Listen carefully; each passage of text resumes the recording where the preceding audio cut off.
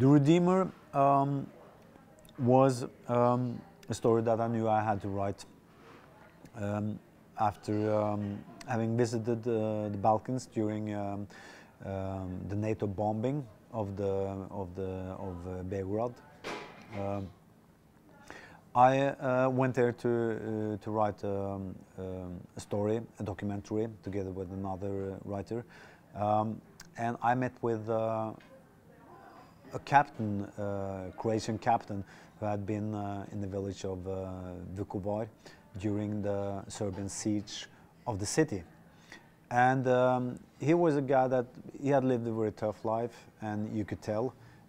It was impossible to find him, so I had to go to this hotel where he lived more or less in hiding. And I wasn't allowed to meet him, but when I went back to my hotel, there was a guy waiting in the lobby for me, and that was this captain. So he had sort of already picked up my name and knew where I was. So it was a bit scary, but he took me, he spoke to me, we went to a bar, we had a drink, and when he had decided that he trusted me, he took me to his home, and he showed me a video of when he was there fighting against the Serbs.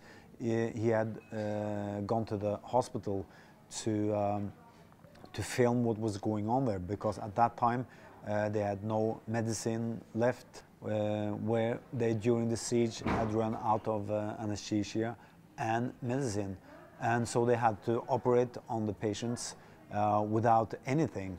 And he showed me this picture of this guy who was getting his left foot amputated, and I can still remember his hand, you know, grabbing the sheets of the bed. There was no sound on the video, and we were just looking at this this scene, and at the same time his friend were making bacon and eggs in the kitchen, so we had the smell from the kitchen coming into the living room. And he told me about his story when he got captured, and he told me about the torture. And when I was about to leave, they started talking, him and his friend, about a guy they had seen in the city who was probably a Serb, and they were discussing whether he may have been part of the siege. And I don't know what happened after that, but in my head it sort of developed this idea of a Croatian guy who had been in this in Vukovar during the war, and had become a hired killer for Croatians who wanted to take revenge of the Serbs. And he, more or less by accident, got into the profession.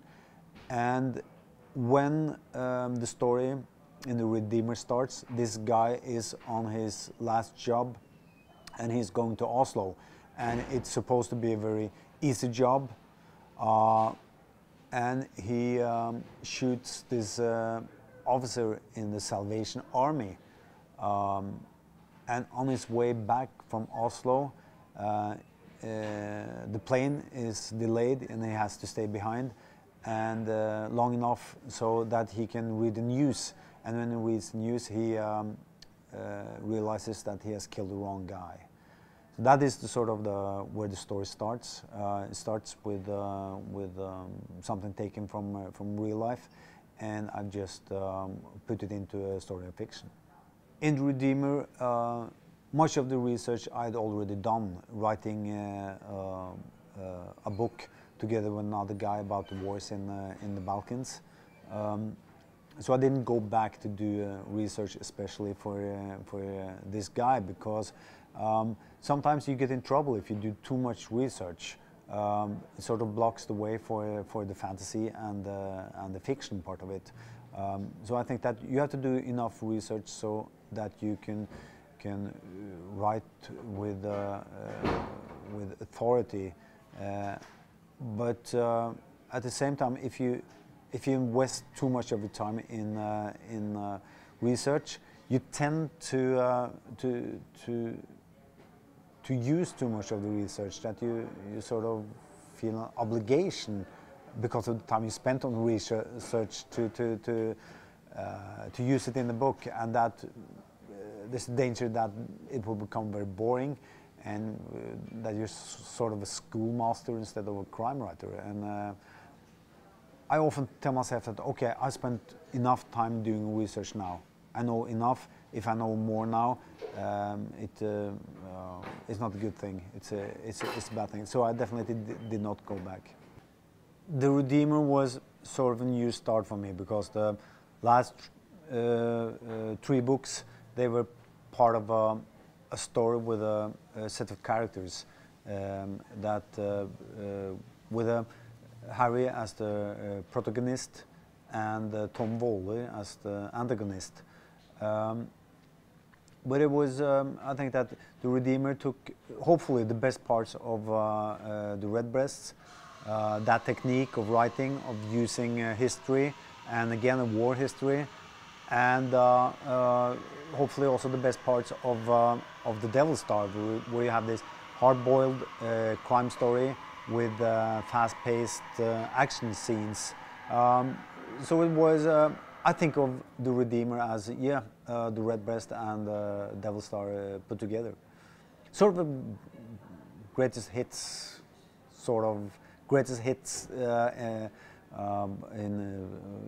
in techniques. The Salvation Army, they were very nice to me. They were very happy about me writing or including them in the story, and I also told them that it would be there would be good guys and bad guys from the Salvation Army in the story, and they were just very happy with it, and they helped me a lot. And most of the research that I did within the Salvation Army, I did in cooperation with the Salvation Army, so I had no problems there. Although it is a closed society, and that's what I wanted. I grew up not being part of, but being definitely in contact with, religious groups that lived in this sort of closed society, and so I've always been very fascinated with that. And also, Harry Hole is part of a closed milieu at the police house in Oslo, where you have this loyalty within the group that is very important, and that you're more or less at war with the outside world, you feel at times.